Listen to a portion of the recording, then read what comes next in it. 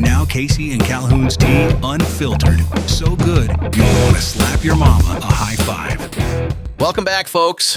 You're tuned in with Casey and Calhoun, and we're sliding back in from the break with something that hit us like a cold splash of water this morning. Yeah, we were sipping our coffee, minding our business, flipping through the paper, and then we landed on this opinion piece. And I'm using air quotes here because, let's be honest, this thing reads less like an opinion and more like a public service announcement somebody didn't want to label as one. Exactly. When you've got a hospital that keeps popping up in headlines and lawsuits, in community conversations, and now in the opinion section, that's not coincidence. That's a drumbeat. So for today's edition of Stuff We Need to Be Talking About, we're bringing this one straight to the table. Because if the paper's printing it and the community's whispering it, then we're going to say it out loud. Buckle up. This isn't gossip. This is information the public deserves to hear. When a hospital fights transparency, the public should ask why. In every community, hospitals hold a unique kind of power. They are entrusted with our bodies, our families, our emergencies,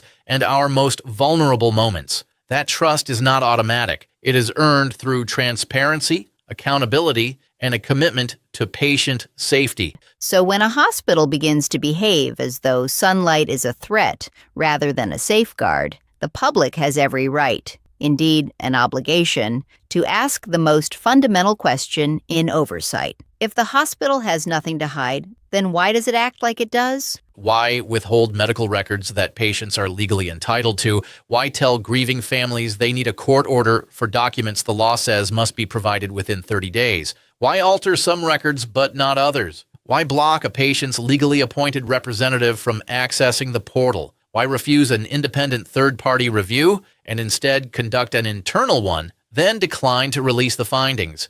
These are not minor clerical errors. They are patterns. And patterns tell a story. A pattern of evasion. When a hospital bills for a visit 1 month after a patient has died, the public deserves an explanation. When broad-spectrum antibiotics are administered without documented signs of infection, that demands scrutiny. When a patient is dropped, suffers a cracked wrist, and the incident is neither admitted nor documented, that is not a mistake. It is a cover-up. When mental health labels appear to be used as a shield to justify privacy breaches, that is not medicine. It is manipulation. When medications appear in fragments across multiple record sets, when paralytics are billed for a patient not on a ventilator, when FDA black box drugs are given in combinations that defy standard practice, these are not isolated anomalies. They are red flags. And when corneal preservation drops appear in the chart of a living patient, followed by staff comments about yields that later vanish from the record, the public is not wrong to ask what exactly was being prepared for. The human cost. This is not just about one patient. It is about hundreds of families reporting eerily similar experiences. Over-medication, under-medication, wrong medication. Delayed records, missing records, contradictory records, dismissed concerns, preventable deaths. It is about whistleblowers, nurses, techs, and former employees who say administrators tie the hands of competent professionals while hiring staff who don't know medicine very well. It is about a system where financial incentives reward labeling patients as addicts, discourage follow-up visits within 30 days, and pressure providers to keep encounters under half an hour. It is about a hospital that proudly advertises its A rating, a rating it awarded itself through its own self-reported questionnaire.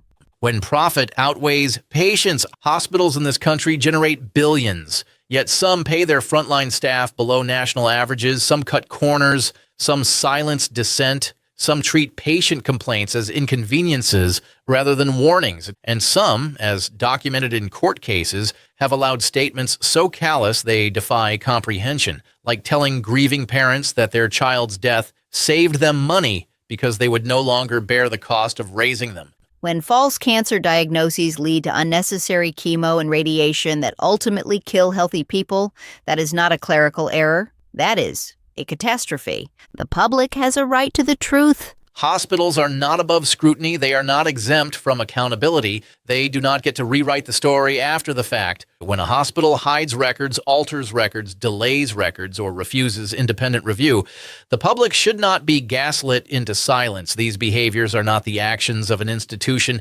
confident in its care. They are the actions of an institution afraid of what the truth will reveal. And the truth is this. There is no innocent explanation for this combination of failures, omissions, contradictions, and evasions occurring in a single patient's case, let alone across hundreds of them. Hospitals that have nothing to hide do not behave this way. Hospitals that value patient safety do not fear transparency. Hospitals that tell the truth do not need to rewrite the record. The community deserves answers, families deserve justice, and the public deserves a healthcare system where accountability is not optional.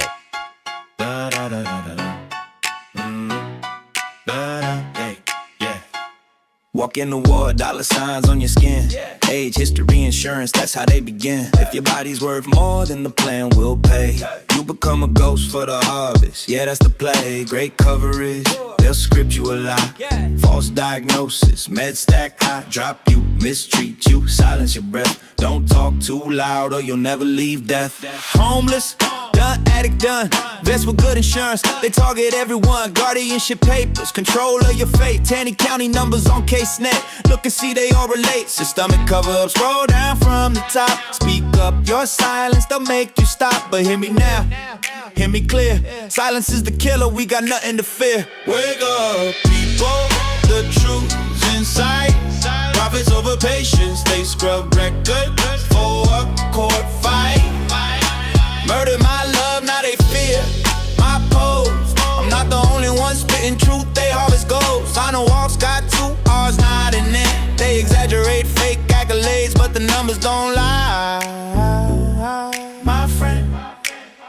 Yeah, they'll script you a lie, stack meds to the sky, drop you, mistreat you till your last breath dry. Guardianship chains, fade in their hands. CaseNet codes, Taney County, all part of their plans. Homeless addicts, vets with good plans. They target us all, it's part of the scam. People, the truth's inside. Profits over patience, they scrub records for a court fight. Murder my love, now they fear my pose. I'm not the only one spitting truth, they harvest goals. On the walks got 2 R's not in it. They exaggerate fake accolades, but the numbers don't lie, my friend. The numbers don't lie, my friend.